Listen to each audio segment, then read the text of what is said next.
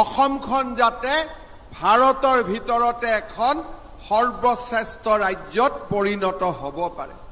শ্ৰদ্ধাৰ ৰাইজ, ইলেকশ্যনৰ সময়ত আমি যিমানবিলাক কথা কৈছিলোঁ, অসমত বহুত চৰকাৰ হৈছে, চৰকাৰ আহে চৰকাৰ যায়, কিন্তু কথা দি কথা ৰখা চৰকাৰ।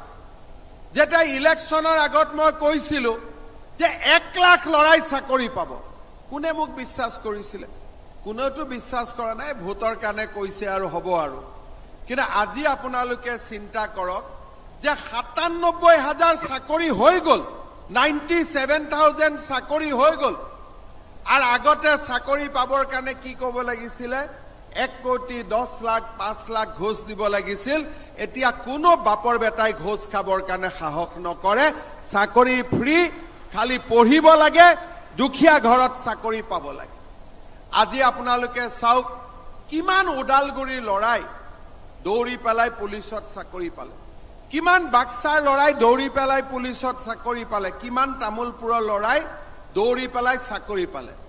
এতিয়া মই আহিলে ল'ৰাবিলাকে সোধে, দাদা পুলিচত কেতিয়া হ'ব আকৌ?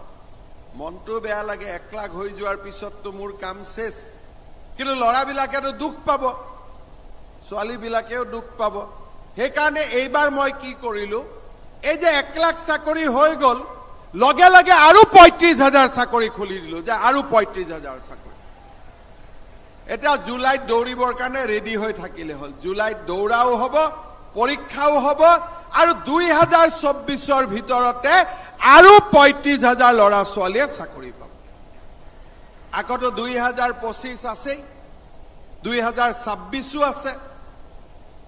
গতিকে চৰকাৰী চাকৰিৰ কথা মই যি কৈছিলোঁ সেইখিনি হৈ গ'ল।